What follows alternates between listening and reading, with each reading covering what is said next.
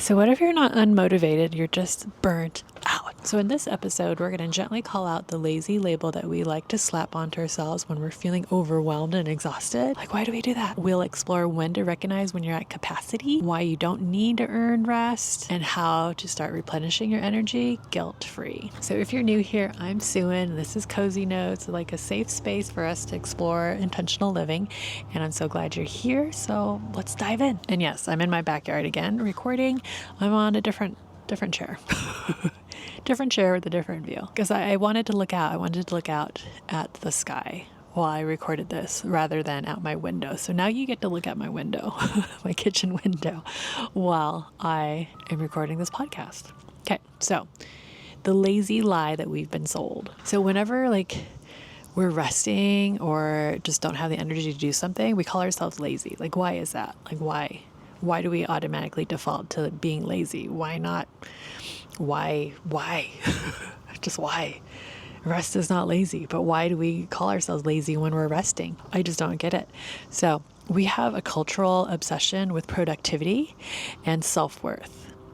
And we think that the more productive we are, the better people that we are.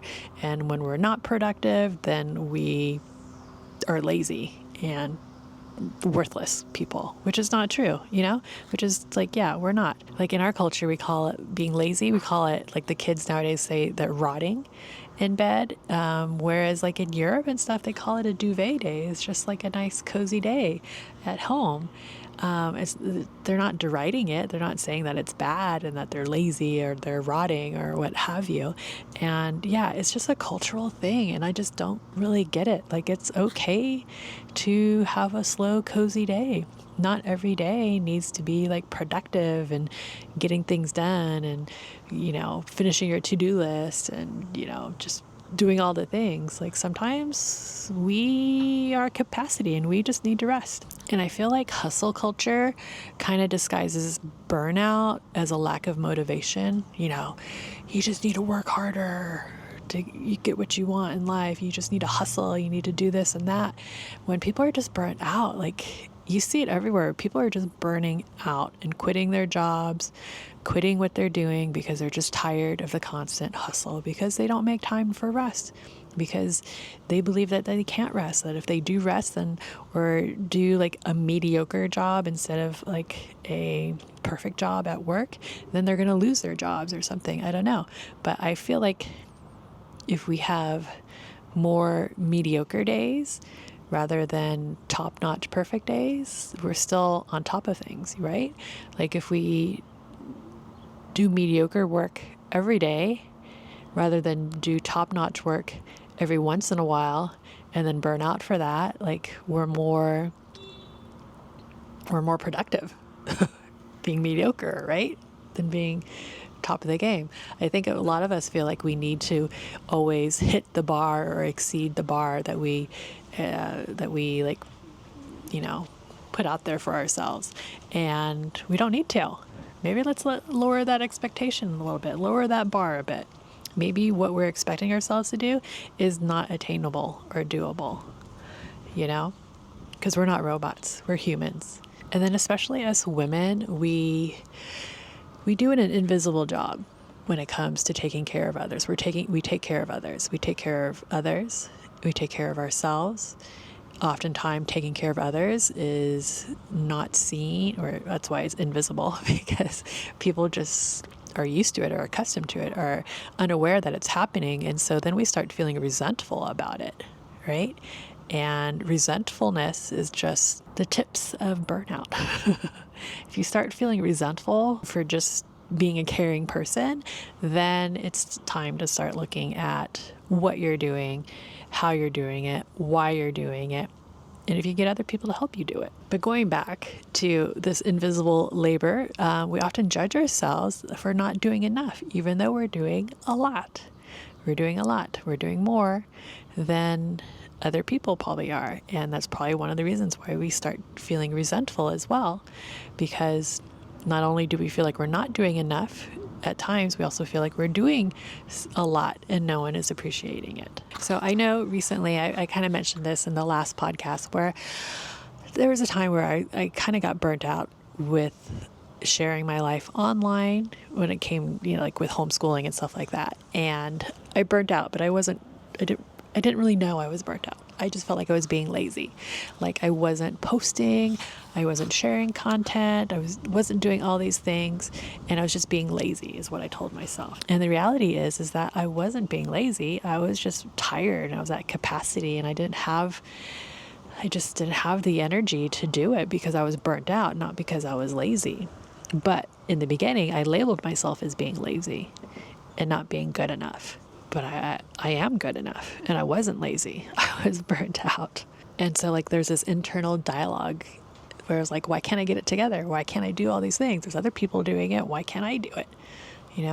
What's wrong with me? And so, like I said, when I realized I wasn't lazy, that I was just tapped out, that I was just burnt out, and then I was able to be more compassionate with myself and just to be like, it's okay to rest. It's okay to recalibrate. It's okay to pivot and change. You don't have to be doing something that doesn't fulfill you, especially doing it in a way that's not sustainable. You don't have to do that. No one else is making me do it. So why am I forcing myself to do something that no one else is forcing me to do? And living up to these standards that no one else is expecting of me. Just recognizing that I was at capacity just helped me shift. And I hope that is something that can happen for you as well. So signs that you're at capacity. So mental fog, low motivation, irritability, and lack of joy. And I know you've experienced these. I know that I've experienced these multiple times. Wanting to escape even from the things that you used to love, and resenting everything. Your friends, your family, other people, just resenting. And what you need to do instead of pushing through and being resentful and mean and, slamming doors and stuff like that, is to rest before you crash. Rest before you crash. Even small breaks matter. And when I say rest, I don't mean like pick up your phone and start scrolling, because that's not rest. Oftentimes when we have like a few minutes to ourselves, we'll sit on the couch and take out our phone and start scrolling. No, I mean like real rest. Real rest. Just sit outside and enjoy the cool breeze, watch the birds, watch any planes that fly by. And next is to track your energy and not your tasks. So, like our energy ebbs and flows. And especially if you still have your cycle, your energy ebbs and flows with your cycle. And so just tracking your energy and seeing, when you have more energy, you're able to do more things. When you have less energy, you don't have the capacity to do that much. And so just seeing that and tracking it and being a scientist of in your own life, that will help a lot too. Next is to name your actual capacity, emotionally, physically, mentally. How much can you actually handle? And be honest with yourself. I think oftentimes we're not honest with ourselves. We think we can handle a lot, or we think we should handle a lot. We should be able to handle more. But let's drop these shoulds. Let's drop these shoulds. Then we need to create margin in our days. So I talk about this quite often, where we have white space, where we don't have our calendars packed with things that we need to do, where we can actually rest and regenerate so that we have the capacity to tackle whatever is next in our lives. Because that's the thing, our life just keeps lifing. There's never, you're never going to catch up. You're never going to get to a point where you can just sit and relax. Something's always going to come up. As humans, we are problem solvers, and so problems will always happen, and we will always feel like we need to solve the problems that are happening in our lives. And so get yourself prepared for the inevitable by creating margins in your life where you can rest and have the capacity to, tackle whatever comes your way. And then finally is to do less more slowly. I feel like I do this often, where I try to rush through things so I can hurry up and sit down and relax. I do this quite often, but then I don't do a really good job of it, and I'm not present.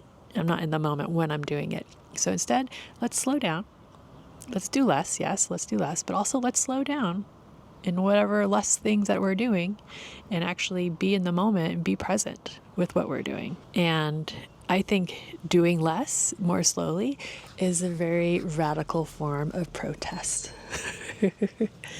And so I encourage you to do this. So reflection questions for you. Where in my life am I expecting more of myself than I realistically have capacity for? What would change if I saw rest as a need, not a reward? What does restorative rest look like for me? Not just zoning out or on our phone, but actually filling my cup? And who benefits when I call myself lazy? Who am I trying to prove something to? So if you've been calling yourself lazy when your body and mind are clearly screaming to you that you need to rest, this is your permission slip. You are not a machine. You are not a robot. You are a human being. And you deserve care, not criticism. So if you're ready to stop living life on the edge of burnout, I do have something new coming out in August. So it's like 6 weeks of Telegram riffs for me to get you going. Like each week has a theme, and we're just going to tackle different things in your life where you can find yourself again, come back to yourself again. And it's called Anchor In. And I'll leave information down below for you to check out. And I will catch you guys in the next one. I love you so much. Ciao.